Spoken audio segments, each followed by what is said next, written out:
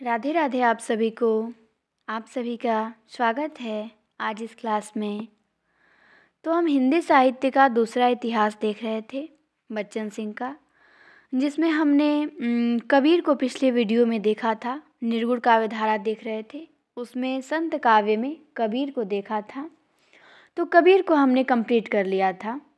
आज हम देखेंगे परवर्ती संत को, उनके बाद भी जो संत कवि हुए उनको हम देखेंगे। तो स्टार्ट करते हैं, चलिए। कबीर ने निम्न वर्गों में आत्मसम्मान की जो अग्नि प्रज्वलित की, उसकी चिंगारियाँ पूरे उत्तर भारत में फैल गई। कबीर के समसामयिक संतों में सेन, पीपा, रैदास, धन्ना आदि के अलग अलग पंथ बताए जाते हैं, पर वे मूलतः कबीर पंथ से ही प्रभावित हैं। इनके अतिरिक्त अन्य संत तथा उनके पंथ जंभनाथ का विश्नोई संप्रदाय, नानक पंथ, सिंगा पंथ, दादू पंथ, निरंजनी संप्रदाय, मलुकदासी पंथ, शतनामी पंथ, सुंदरदास, सहजोबाई, पलटूदास आदि कबीर के ऋणी हैं। हाथी के पाँव में सभी के पाँव समा जाते हैं। इसी तरह कबीर दास की व्याप्ति में सभी समाहित हो जाते हैं। यद्यपि प्रत्येक की अपनी विशेषताएं भी हैं, पर कबीर की प्रखर प्रतिभा और आग किसी अन्य में नहीं। सब संत कवि हैं, सबकी अलग अलग विशेषता है, लेकिन जो कबीर की विशेषता है उनमें जो प्रखर प्रतिभा और आग है वो किसी संत में उनके बाद दिखाई नहीं दिया। तो परवर्ती संत में हम सबसे पहले देखेंगे रैदास को। रैदास ये कबीर परंपरा के संत हैं। इनका जन्म भी बनारस में ही हुआ था। कबीर का भी जन्म बनारस में हुआ था।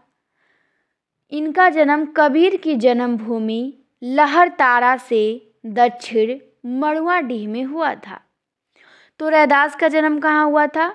कबीर की जन्मभूमि लहरतारा है, वहाँ से दक्षिण साइड में मड़ुआडीह स्टेशन पड़ता है, वहीं पे इनका जन्म हुआ था। तो रैदास का जन्म पूछेगा तो हम बताएंगे कि बनारस के मड़ुआडीह में रैदास का जन्म हुआ था और बनारस में लहरतारा में कबीर का जन्म हुआ था। दोनों बनारस में ही जन्मे थे, लेकिन एक लहरतारा में और एक मड़ुआडीह में। एक ही नगर और एक ही विचारधारा होने के नाते दोनों के मिलने जुलने की कल्पना की जा सकती है। अब ये भी कल्पना कर सकते हैं कि दोनों लोग आपस में मिले भी होंगे कभी, स्वभाव से, लेकिन दोनों बिल्कुल भिन्न थे।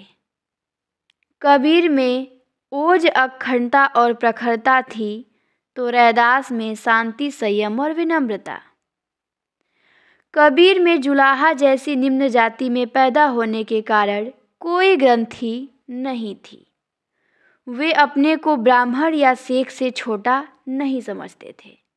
कबीर जुलाहे जैसी निम्न जाति में जन्मे तो थे, लेकिन अपने को किसी से कम नहीं समझते थे। वो ऐसा नहीं कि हम नीच जाति के हैं तो दब के डर के रहें, नहीं, वो बिल्कुल नीचे अपने आप को समझते ही नहीं थे। किंतु रैदास में यह ग्रंथि थी और रैदास में यह पाया जाता था कि वो चमार जाति का शोषण और अपमान अनंत काल से होता रहा है। जूता बनाना, मरे जानवरों को ढोना, हलवाही करना उनका पेशा रहा है। अपने ओछे जन्म को स्वीकार करते हुए उन्होंने लिखा है, रैदास ने क्या लिखा है? जाति ओछा, पाति ओछा, ओछा जन्म हमार, राम राज की सेवा किन्हीं, कही रविदास चमार। दोनों नीची जाति में ही जन्मे थे, लेकिन कबीर अपने आप को छोटा नहीं समझते थे, लेकिन रैदास नीची जाति में जन्मे थे और अपने आप को छोटा समझते थे बहुत, कि जाति भी ओछा, पाति भी ओछा, ओछा जन्म हमार। तो यही दोनों में मूल अंतर था। और रैदास विनम्र भी थे, कबीर ओज और अक्खड़ उनमें उनके अंदर था। तो कबीर की विचारधारा के केंद्र में हिंदुओं मुसलमानों का शोषित प्रताड़ित वर्ग था, तो रैदास के विचार केंद्र में चमारों और सवर्ण हिंदुओं का भेदभाव। इस भेदभाव की तीव्रता का अनुभव करते हुए कभी कभी उनके धैर्य का बांध टूट जाता था। और रैदास के विचार के केंद्र में चमार थे और सवर्ण हिंदुओं का भेदभाव था, और कबीर के केंद्र में हिंदू मुसलमान थे। और ये भेदभाव की तीव्रता का अनुभव करते हुए कभी कभी रैदास का जो धैर्य का बात था वो टूट जाता था। क्या है? जाके कुटुंब सब ढोर ढोवत, जाके कुटुंब सब ढोर ढोवत, फिरही अजहूँ बनारसी आसपासा, आचार सहित विप्र करही दंडौती, तीन तने रविदास दासानुदासा। ये किसकी पंक्ति है? तो रैदास की है। जाके कुटुंब सब ढोर ढोवत रैदास ने कहा है। 1000 वर्षों से दबाई हुई शोषित जाति का कंठ इस आवेग में फूटता है। रैदास को आचार निष्ठ विपनों का दंडवत करना भक्ति आंदोलन की उस धारा की ओर संकेत करता है जिसके प्रखर प्रवाह में जाति पाति के बांध एक सीमा तक टूट फूट गए थे। राजस्थान में रैदास का विशेष प्रभाव था। ये भी ध्यान देना है कि राजस्थान में इनका विशेष प्रभाव था। कहा जाता है कि मेवाड़ की झाला रानी इनकी शिष्या थी। मेवाड़ की झाला रानी थी, मेवाड़ राजस्थान में है, और झाला रानी इनकी शिष्या बताई जाती हैं, तो इनका प्रभाव वहाँ पे था। तभी तो मीराबाई ने भी गुरु रूप में रैदास का उल्लेख किया है। रैदास के बहुत से पद आदि ग्रंथ में संग्रहित हैं, तो ये भी आपको ध्यान देना है कि रैदास के बहुत से पद आदि ग्रंथ में संग्रहित हैं। तो आपको कमेंट करके बताना है कि इनके कितने पद आदि ग्रंथ में संग्रहित किए गए हैं। और इनकी 2 शिष्या का उल्लेख मिलता है, एक झाला रानी का जो मेवाड़ की थी, और एक मीराबाई। इन दोनों के गुरु रैदास ही थे। तो रैदास को हमने देख लिया। अब आते हैं सिख गुरुओं की भक्ति। सिख गुरुओं भी संत थे, तो इनको भी हम इसी के अंतर्गत देखेंगे। तो ये भी हमारे लिए बहुत महत्वपूर्ण होने वाले हैं, तो इनको भी ध्यान देना है। सिख गुरुओं की भक्ति। कबीरदास ने मनुष्य की एकता, भातृभाव, धार्मिक विद्वेष और बाह्य आडंबर के विरुद्ध जो आवाज़ उठाई थी, उसका प्रभाव मुख्यतः उत्तर भारत में पड़ा। कबीर ने जो अपना आवाज़ उठाई थी, जो विरोध किया था, उसका सबसे अधिक प्रभाव देखा जाए तो उत्तर भारत में पड़ा। पंजाब में गुरु नानक ने एक नए संप्रदाय, सिख संप्रदाय का प्रवर्तन किया, जो स्पष्टतः कबीर से प्रभावित है। तो पंजाब में गुरु नानक ने सिख संप्रदाय का प्रवर्तन किया, जो कि कबीर से प्रभावित है। तो ये हमें ध्यान देना है। ये भी बहुत मोस्ट एक पॉइंट मिला हमें कि नानक देव अकेले संत हैं जिन्होंने मुसलमानों, राजाओं, नवाबों का स्पष्ट विरोध किया है। तो इसे आप लोग ध्यान देंगे कि प्रश्न बनेगा, कौन से सिख गुरु थे जिन्होंने मुसलमान, राजाओं, नवाबों का अकेले विरोध किया है? तो गुरु नानक देव। तो आइए नानक देव के बारे में देखते हैं। गुरु नानक, इनका जन्म हुआ था 1469 में और मृत्यु हुई थी 1538 में। नानक का जन्म स्थान राय भोई की तलवंडी नामक गांव में हुआ। नानक का जन्म कहाँ हुआ? राय भोई की तलवंडी नामक गांव में, जो लाहौर से लगभग 30 मील दक्षिण पश्चिम में स्थित है। तो नानक का जन्म स्थान है राय भाई के तलवंडी नामक गांव में। ये भी आपसे पूछता है, तो लाहौर के लगभग 30 मील दक्षिण में स्थित है। ये भी प्रश्न एक बार टेस्ट में आ चुका है।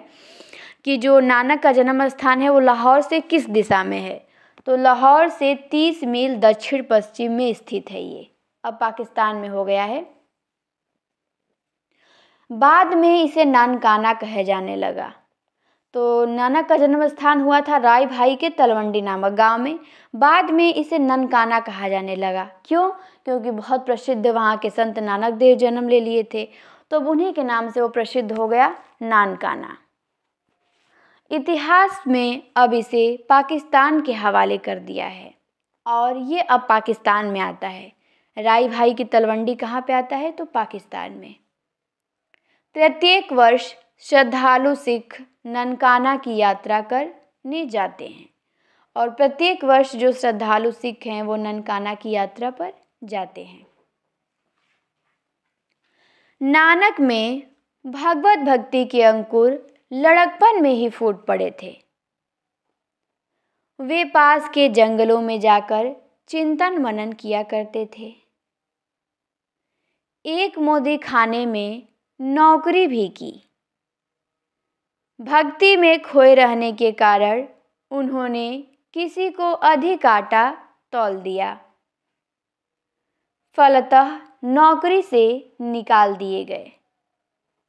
उन्हें मांगी मुराद मिली। वे भ्रमण के लिए निकल पड़े और भजन कीर्तन से लोगों को प्रभावित करना शुरू किया। उनकी वाणियों का कथ्य मूलतः वही है जो कबीर का है, जैसे नाम महात्म्य, गुरु महिमा, जाति पाति का विरोध, ब्रह्मा की व्यक्तिक अनुभूति, सत्य, अहिंसा, परोपकार आदि। पर उनके स्वर में गहरी शांति, शीतलता और निर्वैयक्तिकता है। संभवतः अपने इन्हीं गुणों के कारण वे राजनीतिक और धार्मिक अत्याचारों का मुंहतोड़ उत्तर दे सके।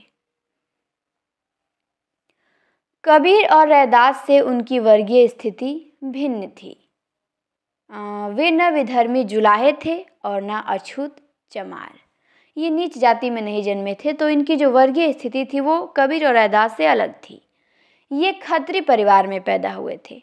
गुरु नानक किस परिवार में पैदा हुए थे? तो खत्री परिवार में। खत्री क्षत्रिय का अपभ्रंश है।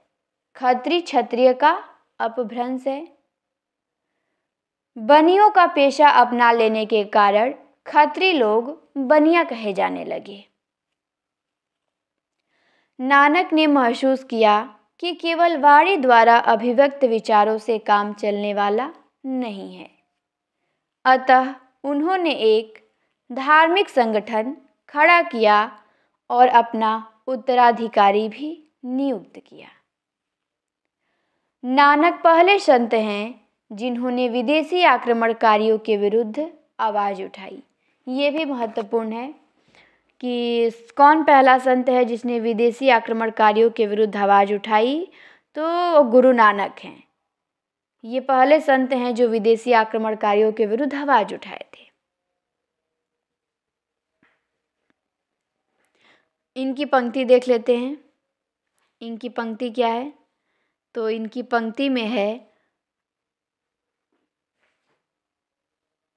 खुरसान खमसान किया हिंदुस्तान डराइया, आपे दोष न देई करता, जपु करी मुगल चढ़ाइया, एती मार पई कुरलाड़े तय की दर्दु न आइया। ये इनकी पंक्ति है।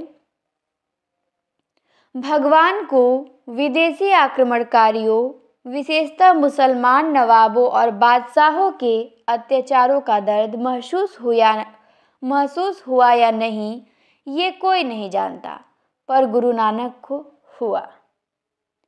जहाँ स्त्री के सम्मान का प्रश्न है, नानक समूची भक्ति परंपरा से अलग हैं।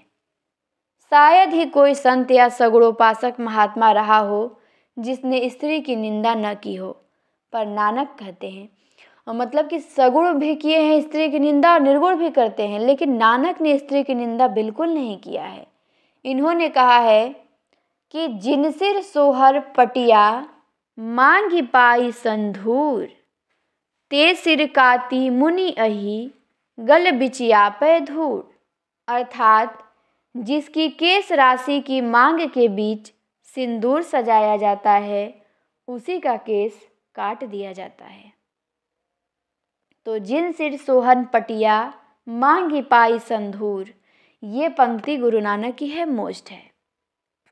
आगे देखते हैं अगली पंक्ति क्या है। भंड जमी अय भंडिनमी ए भंड मंगल बियाहू, भंडहु होवे दो सती भंडहु चले राहु। भंड मुआ भंड मालीजे भंड ओ वे बंधान, सो किउ मंदा आखी आहि जित जंभय राजान। कहते हैं कि जन्म देने वाली भी नारी, पत्नी के रूप में भी नारी, फिर उसकी अवमानना क्यों? गृहस्थ धर्म और आर्थिक दृष्टि से आत्मनिर्भरता का समर्थन अन्य गुरुओं ने भी किया। गुरु नानक की रचनाओं से कुछ और नए आयाम हैं जिनकी ओर ध्यान जाने की आवश्यकता है। तो इनकी रचनाएं भी हैं, उस पर भी हम ध्यान ले जा सकते हैं। इनकी रचनाएं भी बहुत प्रसिद्ध हैं, पूछी जाती हैं। जैसे जपुजी हो गया, आशा दीवार हो गया, रहीरास हो गया, सोहिला हो गया, और नसीहतनामा भी है जो यहाँ नहीं दिया गया है, खड़ी बोली की रचना है इनकी। तो जपुजी, आशा दीवार, रहीरास, सोहिला, ये गुरु नानक की रचनाएं हैं और इनकी रचनाएं भी आदि ग्रंथ में संग्रहित हैं। तो पहले सिख गुरु गुरु नानक हमारे कंप्लीट हुए, समझ में आए होंगे आप लोगों को। अब आते हैं अर्जुन देव। ये सिखों के 5वें गुरु हैं। पहले गुरु गुरु अर्जुन देव थे और 5वें गुरु गुरु अर्जुन देव हैं। इनका जो जन्म है वो 1563 में हुआ था और इनकी मृत्यु 1606 में हुई। इन्होंने गुरुओं की बानियों तथा इस पंथ के बाहर के कुछ संतों की बानियों का संग्रह और संपादन सन 1604 में आदि ग्रंथ में किया। कहा जाता है कि शेख फरीद, बेनी जयदेव और रैदास की बानियाँ स्वयं नानक देव की देखरेख में संग्रहित हो चुकी थी। आदि ग्रंथ की प्रस्तुति का श्रेय गुरु अर्जुन देव को ही है। तो ये भी प्रश्न बना है कि आदि ग्रंथ की प्रस्तुति का श्रेय किसको है? तो आदि ग्रंथ की प्रस्तुति का श्रेय गुरु अर्जुन देव को है, ये आपको ध्यान देना है। आदि ग्रंथ की प्रस्तुति का श्रेय किसे है? गुरु अर्जुन देव को। इसमें अर्जुन देव की बानियाँ भी रखी गई हैं। इनकी प्रसिद्ध रचना सुखमणि है। इन गुरु अर्जुन देव की प्रसिद्ध रचना कौन सी है? तो सुखमणि है। इनकी और भी रचनाएं मिलती हैं, सुखमणि, 52 अखरी, 12 मासा, 3 रचनाएं मिलती हैं, लेकिन सबसे प्रसिद्ध जो है वो सुखमणि है। और गुरु अर्जुन देव को अंत में जहांगीर ने कैद कर लिया और अनेक अमानुषिक यातनाएं दी। उनके फलस्वरूप अर्जुन देव की मृत्यु हो गई। इसके बाद तो सिख धर्म में जुझारूपन का नया आयाम जुड़ गया। तो गुरु अर्जुन देव की मृत्यु कैसे हुई? जहांगीर ने इन्हें कैद कर लिया और अनेक अमानुषिक यातनाएं दी, जिसके कारण इनकी मृत्यु हो गई। अगले गुरु गुरु गोविंद सिंह ने सैनिक का बारन धारण किया और मुगलों के विरुद्ध कई लड़ाइयाँ लड़ी। अब तो ये भी प्रश्न बना है कि मुगलों के विरुद्ध किसने कई लड़ाइयाँ लड़ी सैनिक का रूप धारण करके? तो गुरु गोविंद सिंह ने विरोध सबसे पहले किया था। केवल अकेले संत हैं गुरु नानक, उन्होंने विरोध किया था, ठीक, लेकिन गुरु गोविंद सिंह ने लड़ाइयाँ लड़ी थी सैनिक बनके। तो ये आपको ध्यान देना है गुरु गोविंद सिंह के बारे में। गुरु तेग बहादुर भी अत्यंत वीर और साहसी थे। हिंदू धर्म के रक्षार्थ उन्होंने अपने प्राण की आहुति दे दी और बंदी गृह में औरंगजेब ने उनकी हत्या करवा दी। तो गुरु तेग बहादुर भी महत्वपूर्ण हैं। इन्होंने भी हिंदू धर्म के रक्षार्थ अपने प्राणों की आहुति दे दी और गुरु तेग बहादुर बंदी गृह में इनको औरंगजेब ने हत्या करवा दिया। तो गुरु अर्जुन देव की हत्या जहांगीर ने करवाया और गुरु तेग बहादुर की हत्या औरंगजेब ने करवाया। तो अब गुरु गोविंद सिंह के बारे में थोड़ा सा डिटेल में हम देख सकते हैं।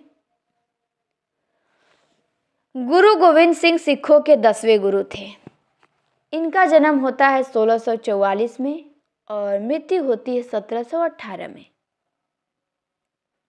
ये 10वें गुरु थे जो वीर भक्त और साहित्यकार थे। ये वीर भी थे, भक्त भी थे और साहित्यकार भी थे। गुरु गोविंद सिंह का जन्म पटना में हुआ था। इनका जन्म स्थान क्या बताना है? पटना। और इनका अधिकांश समय मुगलों के विरुद्ध युद्ध करने में बीता। तो आपसे ये भी प्रश्न बनेगा कि गुरु गोविंद सिंह कौन से सिख गुरु थे जिनका अधिकांश समय मुगलों से युद्ध करने में बीता? तो गुरु गोविंद सिंह। ठीक, भारतीय संस्कृति के रक्षार्थ उन्हें अपने चारों पुत्रों की बलि देनी पड़ी। 2 दीवाल में जिंदा चुने गए, 2 युद्ध में मारे गए।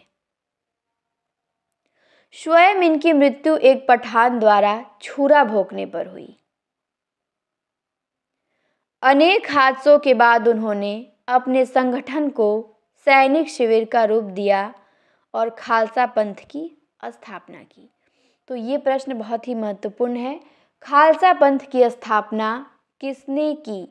तो खालसा पंथ की स्थापना सिखों के 10वें गुरु गुरु गोविंद सिंह ने किया। और इस पंथ में सर्वप्रथम पंच प्यारे को दीक्षित किया गया। तो खालसा पंथ में सबसे पहले किसे दीक्षित किया गया? पंच प्यारे को दीक्षित किया गया। गुरु गोविंद सिंह ने इन्हें अपनी संतान घोषित किया और गुरु गोविंद सिंह ने पंच प्यारों को अपनी संतान घोषित किया क्योंकि उनके 4 पुत्र तो युद्ध में मारे जा चुके थे और वे दशमेश पिता कहलाए। इसके अतिरिक्त उनके 2 महत्वपूर्ण कार्य हैं। गुरु गोविंद सिंह का और भी 2 महत्वपूर्ण कार्य है। वो क्या है कि गुरुओं की परंपरा समाप्त कर उनके स्थान पे गुरु ग्रंथ साहिब को गुरु पद पर प्रतिष्ठित करना और 10वें ग्रंथ की रचना। तो ये भी आप लोगों के लिए महत्वपूर्ण हो जाता है। प्रश्न बनेगा आपसे कि गुरुओं की परंपरा समाप्त कर उसके स्थान पे गुरु ग्रंथ साहिब को गुरु पद पर किसने प्रतिष्ठित किया और 10वें ग्रंथ की रचना की? तो आप बताएंगे गुरु गोविंद सिंह, क्योंकि सिखों के 10वें गुरु यही अंतिम गुरु थे। इसके बाद इन्होंने गुरुओं की परंपरा को ही समाप्त कर दिया और जो ग्रंथ था गुरु ग्रंथ साहिब, इसी ग्रंथ को गुरु पद पे प्रतिष्ठित कर दिया। तो ये कार्य किसने किया? गुरु गोविंद सिंह ने किया। तो ये आपको ध्यान देना है। आदि ग्रंथ की प्रस्तुति का श्रेय अर्जुन देव को है, लेकिन गुरु ग्रंथ साहब को गुरु पद पे प्रतिष्ठित करने का श्रेय गुरु गोविंद सिंह को है, क्योंकि अंतिम गुरु थे। तो इन्होंने तो परंपरा यही ना समाप्त करेंगे गुरुओं की। तो ऐसे भी आपको ध्यान देना है। और 10वें ग्रंथ की रचना भी किसने किया है? तो गुरु गोविंद सिंह ने ही किया है। तो ये भी महत्वपूर्ण बात है। चलिए आगे देखते हैं। आदि ग्रंथ में उन्होंने अपने पिता गुरु तेग बहादुर की रचनाओं को और जोड़ दिया। तो आदि ग्रंथ में इन्होंने अपने पिता गुरु तेग बहादुर की रचनाओं को भी जोड़ दिया और स्वयं अपनी रचनाओं को इससे अलग रखा। गुरु पद पर प्रतिष्ठित होकर इस ग्रंथ को गुरु ग्रंथ साहब की संज्ञा प्राप्त हुई। 10वां ग्रंथ अनेक ग्रंथों का चक्र कॉम्प्लेक्स है, जिसमें गुरु गोविंद सिंह की रचनाओं के अतिरिक्त उनके दरबारी कवियों की रचनाएं भी शामिल हैं। उनकी रचनाओं की भाषा अन्य गुरुओं की भाषा से अधिक परिष्कृत है। भक्ति के अतिरिक्त वीर, श्रृंगार, हास्य रस की कविताएं भी उन्होंने लिखी है। यदि सिख पंथ की गतिविधियों का विश्लेषण किया जाए तो अजीब विरोधाभास मिलेगा। एक ओर तो वे मुगल बादशाहों से लड़ रहे थे, दूसरी ओर मुसलमान जनता के प्रति उनके मन में घृणा भाव नहीं था। गुरु नानक का अभिन्न साथी एक मुसलमान ही था। ये मुसलमानों से घृणा भाव नहीं रखते थे इनका, क्योंकि गुरु नानक का एक मुसलमान साथी भी था। यदि कहीं भी इस भेदभाव से ग्रस्त होते तो आदि ग्रंथ में कबीर और शेख फरीद की रचनाएं न रखी गई होती। सिखों के साथ किसानों का जुड़ना एक महत्वपूर्ण बात है, और सिखों के साथ किसान भी जुड़ गए थे, और किसानों का जुड़ना एक महत्वपूर्ण बात है। तो हमने इस क्लास में रैदास को देखा, जो संत परवर्ती संत हैं वो, और उसके बाद हमने सिख गुरुओं को देखा। सिख गुरुओं में हमने 3 गुरु को देखा। पहले गुरु गुरु नानक को, दूसरे गुरु गुरु अर्जुन देव को, और पांचवें गुरु गुरु अर्जुन देव को, और 10वें गुरु गुरु गोविंद सिंह को। तो ये तीनों गुरु बहुत महत्वपूर्ण हैं। इनकी अपनी अपनी विशेषता है, उसको आप लोगों को मोटे तौर पे लिख लेना है और याद रखना है, और रिवीजन माइंड में करना है। क्लास ख़त्म होने के बाद उसे सोचना है कि इनके बारे में हमें क्या क्या जानकारी मिली है, क्या क्या रिवीजन हमने किया है। ठीक, सोचना हम नहीं चाहते हैं, लेकिन जो सोचने लगे ना, पढ़ने के बाद फिर उसे सोचने लगे, वो कभी कोई चीज़ जल्दी भूलता ही नहीं है। लेकिन सोचते ही नहीं हैं लोग, तो इसीलिए भूलता है। तो चलिए, उम्मीद करते हैं आप लोगों को क्लास अच्छी लगी होगी। फिर अगले क्लास में हम दादू दयाल को पढ़ेंगे। ठीक, ये भी बहुत महत्वपूर्ण और बहुत प्रसिद्ध संत हैं। उसके बाद दादू दयाल हैं। दादू दयाल के बाद आपके पेज रिपीट हो गया है। हाँ, दादू दयाल के बाद सुंदर दास को देखेंगे। सुंदर दास, दादू दयाल, फिर रज्जब अली खां, सब महत्वपूर्ण हैं आगे संत कवि। ठीक, फिर रज्जब को देखेंगे, फिर हमारा सूफी काव्य आ जाएगा।